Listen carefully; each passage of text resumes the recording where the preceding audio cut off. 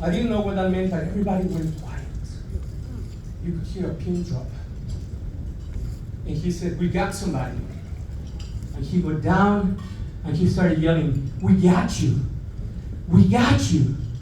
And all of a sudden, everybody started cheering. Great mentors tell you, we got you. Caprice Hollins, Dr. Caprice Hollins told me, I got you. You got this.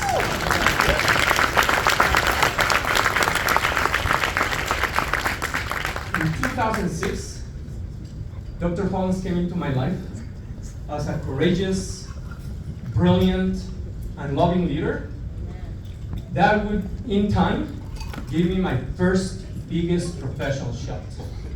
I had been in Seattle Public Schools for already 10 years, and I was applying for many different positions, for dozens of positions. I was always interviewed but never hired. And I felt like I was down on the count, I was gonna throw down the towel. I felt like I was in a UFC fight with Anderson Silva or Conor McGregor. And before I was ready to tap out, Caprice Hollins sent me a lifeline in the form of 3 rigorous interviews. And she hired me as a coordinator of school, family, and community partnerships for Seattle Public Schools. She gave me my first break. And I remember as it was yesterday. A month after I was hired and I was part of Caprice's team, I was asked to do a very high-stakes presentation to the board to talk about our budget and also to talk about the plan for advancing school family partnerships. And so as I was walking towards the podium, a man ran right beside me, almost tripped me over, and changed himself to the podium. I was already really nervous. I was already freaking out because the board and everything. And this man is just yelling. It took about 25 minutes for the police and the security officers from the Seattle Public Schools to get him out of the room. And at that moment, I think Caprice saw that the color in my face, that I lost the color in my face. And she saw the pure fear in my eyes. So she pulled me outside of the auditorium and she said, Bernardo, I hired you because you're brilliant, because I believe in you, and because anybody in that auditorium does not know as much as you do on school family partnerships. I got you. I got you. I believe in you. You got this. And at that moment, Caprice brought the bravest version of myself. And for that, I'm always grateful, Caprice.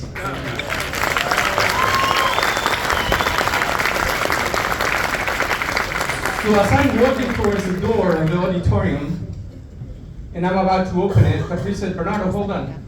And I think she's gonna say something super wise, something that's gonna make me be an incredible presenter.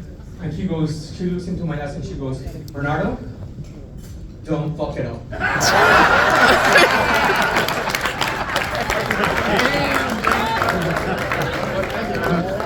We both smiled. I opened the door. And today I'm proud to say that Caprice, I'm part of your equity guardians. Because of your mentorship, I am the CEO and principal consultant of the Racing to Equity Consulting Group. Because of you and your guidance and mentorship, I have been able to work all across the country, in Mexico, Canada, and in 8 other countries across the world. That's the power of mentorship. Please give Caprice Hollins a strong round of applause.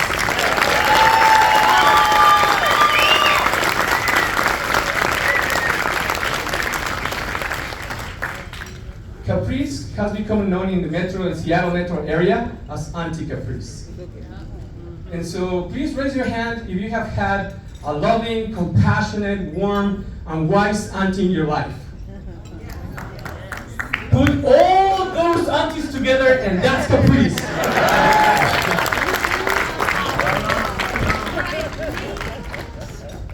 And in closing, I just want to say thank you again, Caprice. We are here to honor you. We are here to honor your brilliance, your kindness, your compassion, your strength, your courage. We're here also to pay forward what you have given to us. My invitation for all of you tonight is that you pay it forward to some people that you know that might be trapped underneath the building rubbles of white supremacy. That you tell them you believe in them. That you tell them, I got you. That you tell them, you got this. And so Caprice, thank you so much from the bottom of my heart. It has been a pleasure. I admire you. I honor you. Thank you. Please give a standing ovation to Dr. Caprice Hollins.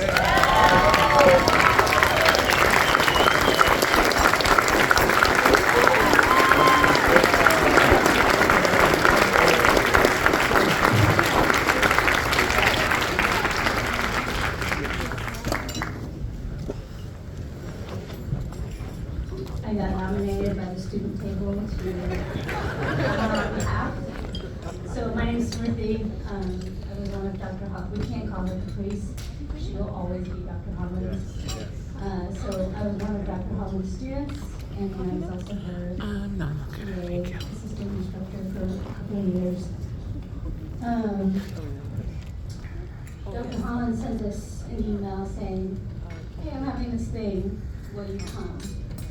I live in Atlanta, which is 3,000 miles away, and it was like, of course, there was no, I'm gonna get emotional, Dr. Hollins' student life. There was no doubt, there was no let me check my schedule, there was no let me check my budget.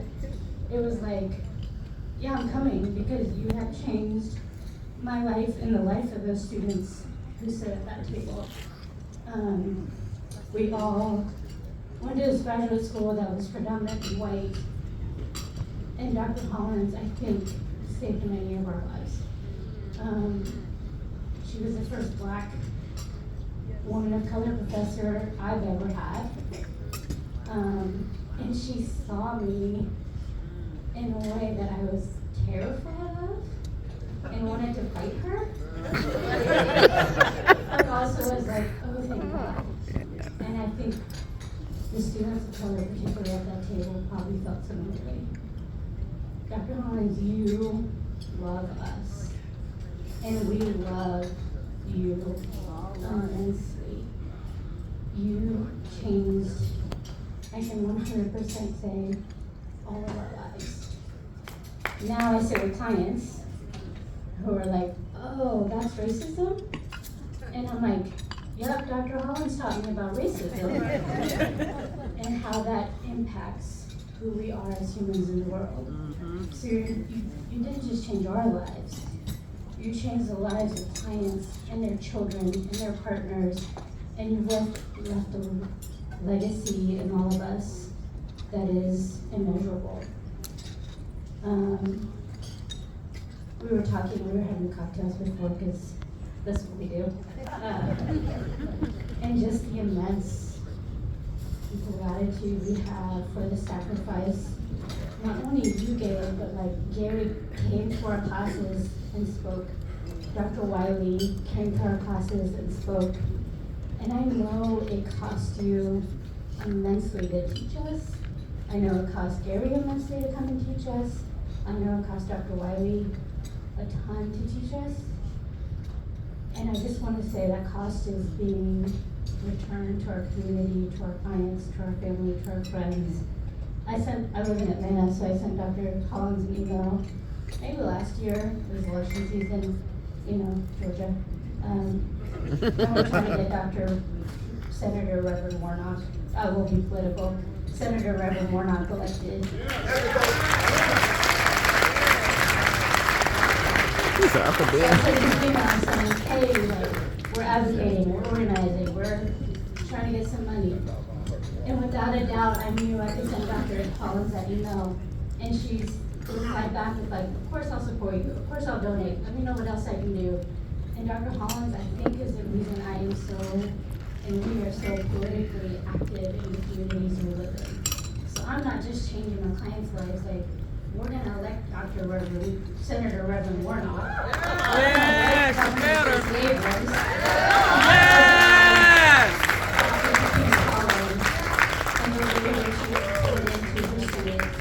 So, Dr. Hollins, I love you.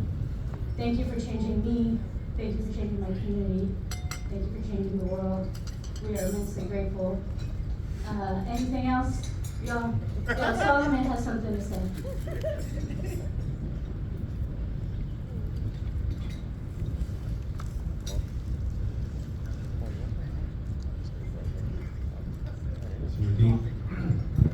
Hi, Dr. Hollins. I was one of Dr. Hollins' students, and I was kind of like wondering if I should share this story, but I feel like I should. I was one of the students at the Seattle school, and during that time, I was going through a total upheaval in my life. I didn't know what I was doing. I thought I was going to go to the school to become a pastor, and I got separated. I was going through a divorce. My self-esteem was at an all-time low. And I took your class. It was multicultural counseling, and I felt so seen by you. Like Shruti said, it was kind of intimidating how seen. I felt so intimidated. You don't know this, but I was super depressed. It was Christmas time, and I don't know why I was there, but I was walking around Sears in Soto, and I saw you, like, just maybe like 50 feet from me, and I hid. I felt like if Dr. Hollins saw me, she would like show me love, and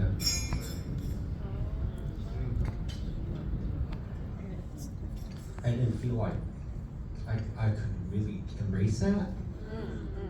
And I feel like you don't know it, but there are times where your presence like really made me feel that. It's like, I don't know if I could accept it, but I feel it from you, you know? I know it's there. So I was in class, and I was really struggling with my self-esteem, and Dr. Hollins, out of this whole, the classes, like maybe half this audience or maybe more, and she stood right in front of me and said I was handsome, basically, and I was like mortified, but then also it was a big boost to my self-esteem that was so crushed that time. And then years later, I was like, I don't know if Dr. Hollins will remember me, but I wanted to apply for your organization.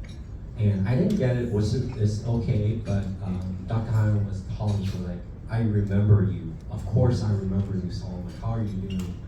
And it was just over and over again, these moments where like, you feel uplifted, you know that the person will uplift you. You kind of doubt it just because of your own struggles, but that person, will do for you. And so that's who you've been to me, Dr. Hollins. And just like Shruti said, I worked for a community mental health agency, went up the ladders, and became a manager and a supervisor. And I really tried to replicate what you did in our multicultural counseling classes. And I even got an award for diversity. I forget what it was. And I remember that. I don't think I deserve this. I feel like this is your Dr. Hollins. And I felt like after I actually left the agency, people said, it's not the same without you. And I feel like, well, that was because of me, it was because of you, your work. And so I feel like if you pass the mic around, I'm 100% sure that we would hear about all the influence that you've had in people's lives. I have no doubt about it. And you will hear about how there's lasting, huge ripple effects around. So I'm glad there was a moment to take the mic to share about this, because I felt like now I can say, thank you for seeing me so much, even though I was scared to be seen, but you made a really huge impact in my life and so many people's lives as an adult. So thank you, Dr. Hollins.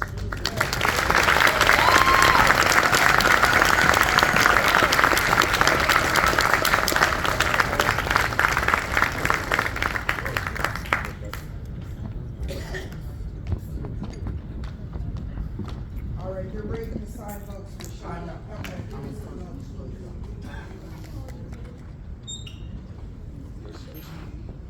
She gave me the last.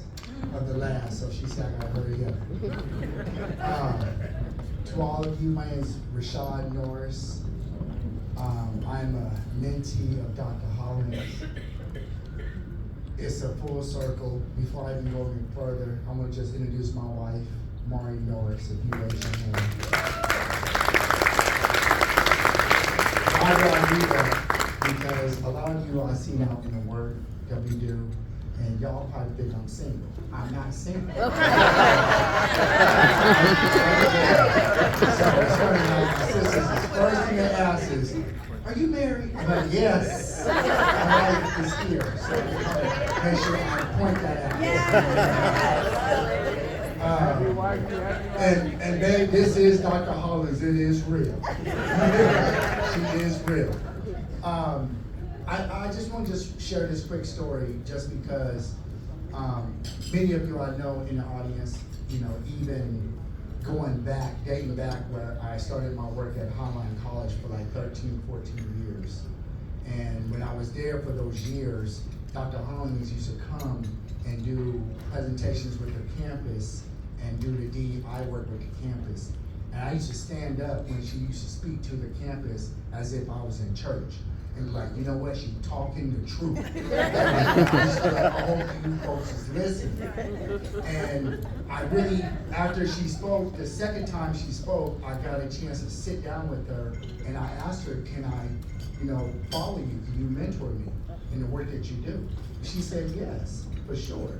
So her and I used to meet up at the Red Robin down at South Center and get us some lunch. And we'd meet at other places, we'd call each other. I was always trying to get some tools from her just to understand the work that she was doing because I wanted to do that. And I started this program at Hollins called the Black and Brown Male Summit. And it was a summit where, yes, we're on our 14th year this year. And it was a big time summit that I started there. And I remember going up to the HR director because at the time, the Black and Brown Male Summit was starting to spread across the state. And it was doing around DEI work with the students, young Black and brown males. And I went to HR at Highline and I asked them, I said, hey, can I take this summit and take this off a little bit and go to different like areas and different districts? And the HR director at the time said, no, you cannot, that's ours. Like that's you created that on our campus, so that's ours. And my heart dropped. And then I remember going down to the business incubator that we had downstairs in the HR department, and I started my own LLC.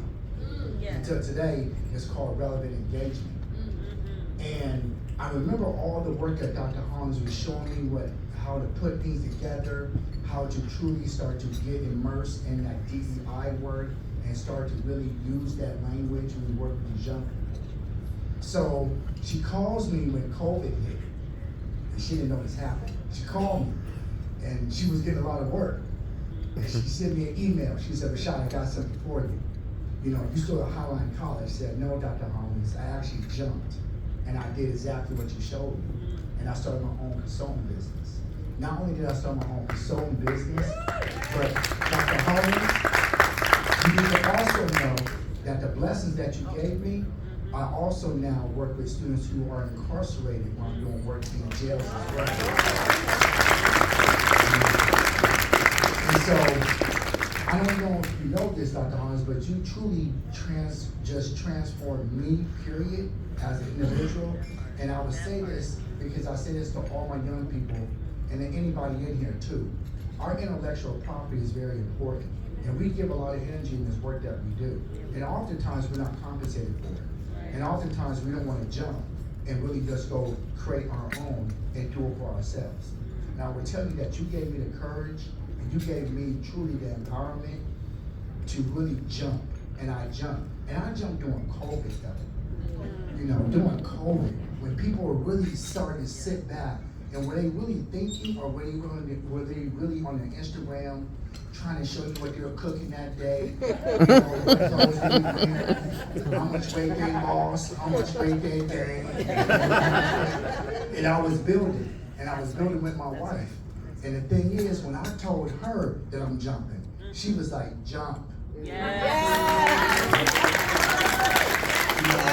She said, jump. So that partner that you have, I have that same partner. And I would tell you all, it's time to jump. If you gotta jump, you gotta jump. And you need people in your corner to let you know what? Jump. And I just want to end on this because it goes back full circle. Before I even knew Dr. Hollins, before I even knew this wonderful family, me and her son played ball together. We played ball. We traveled together out of the state and represented Washington State on AAU. That's how full circle it comes back around. Where's my man Javon at? Yeah.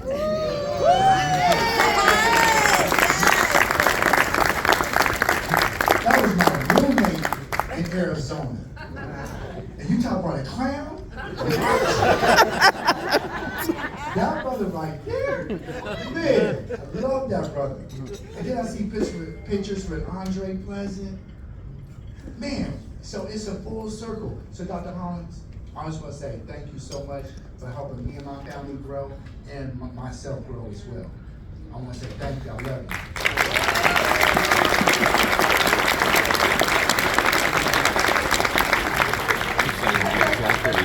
Huh? I'm selling books. Are you?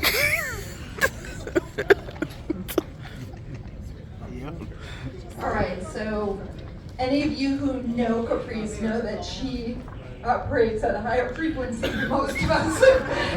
And any of you who are here tonight have had the same experience that I have.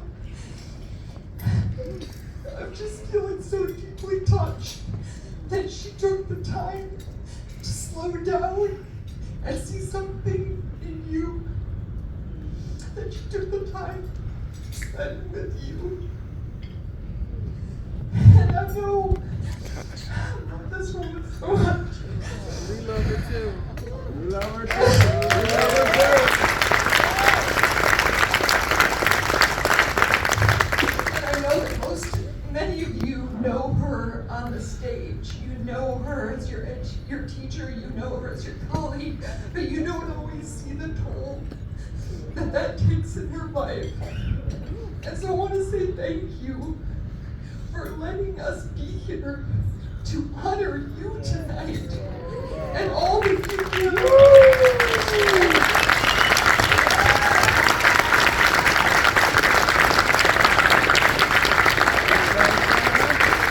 And all that you are. Oh, my bad.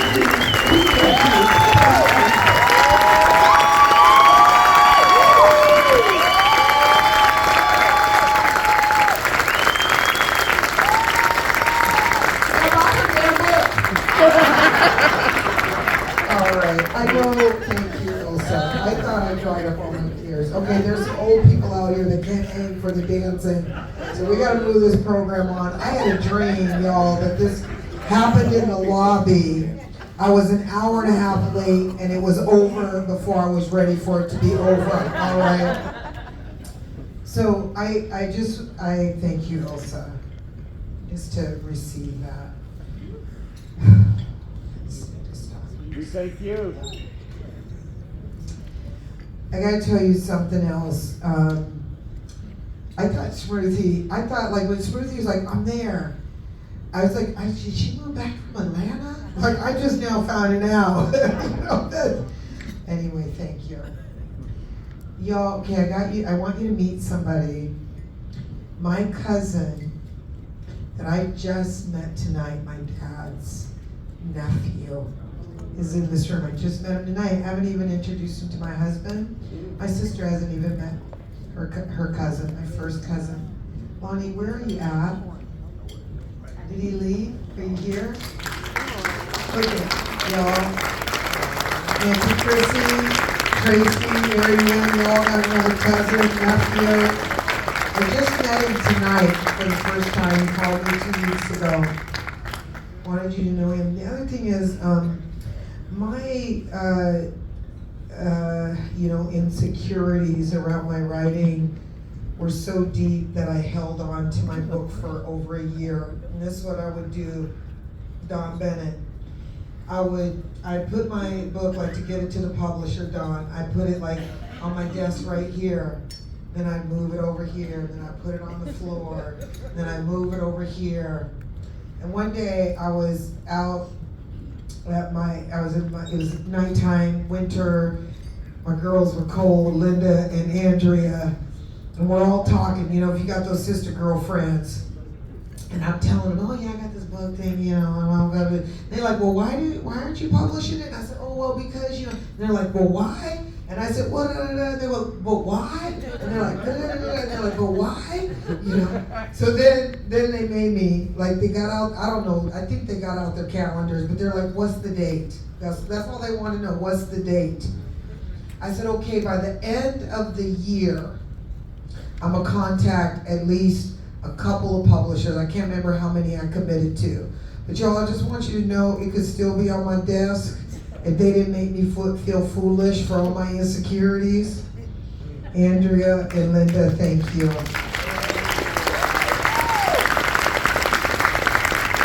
Now, we're coming to a close, but I think some folks from my publishing company came. Where are you at? Where are you at? Where are people? Sarah and, come on, tell me your name. Huh? Kaylee. Thank you. That's a shame. They live in Canada, y'all. I've seen them virtually, okay? So I finally, they make me. So I finally submitted, I only submitted to one publisher. I got my list, but I only make it to one because I got a lot going on.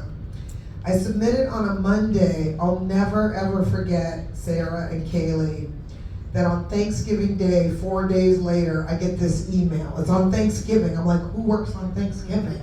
Okay? And basically all I remember, brother-in-law, is them saying, we want your book. Wow. Okay? And I'm like, what? They want my book? Oh my gosh, it was the best Thanksgiving ever, okay? Let me just say. Because if you've ever written or know anything about publishing, they say to you, do not contact us, we'll contact you. And it'll take 4 to 6 months. Don't bug us, in other words. So 4 days, 5 days later, I get this email. Okay, so now I'm so excited. Best Thanksgiving. Everybody's wondering, like, what is she high? Probably. But okay. So let me just tell you, we're gonna let we go dance. DJ Neil's gone. He'll hook us up. Now I'm gonna go back and sign some books. But you gotta know this. So then they, you know, they're like, oh yeah, we like the book. You just submit a chapter, right? So then I started getting paranoid. I was like, look at Dr. Davis. I was like, maybe the chapter was good, but the rest wasn't. Okay, I'm serious. This is where my brain is going. Remember my story, right? I'm like, maybe the chapter. So they want to see more. So I gotta go through it, right? I'm like, okay, but I'm really sick of this book. It's been sitting there for a year. So I go through the rest of it. They say they love it, and they tell me they wish they would have had it earlier, that they wanted to share it with some of their clients. I still have this anxiety inside of me, y'all. Barbie Danielle, you know what I'm talking about? I still got this like anxiety that says like, okay, people are gonna read this, and what if they're gonna say that's not any good? And so I'm coming out tonight with y'all. I want you to dance the night away. I want you to help me to let go of all the things that society taught all of us. All of us have some kind of insecurity, no matter, we're human. And I just want you to celebrate with me. Let go of your insecurities. Let's love life, let's enjoy, because you know what? You know and I know that tomorrow is not promised, right? Now,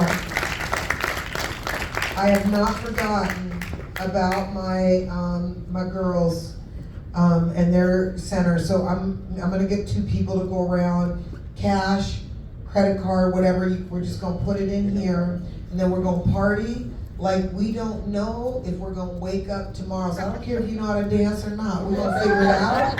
Cause my brother DJ Neil that I grew up with, Neil and Sunshine, he's not a DJ by trade, y'all. I just want this to all be family. Okay. All right, I'll go in the back, I'll sign books. If wifey comes on, it's all over. Right. Always. Always. All right. Love you all. Thank you for coming.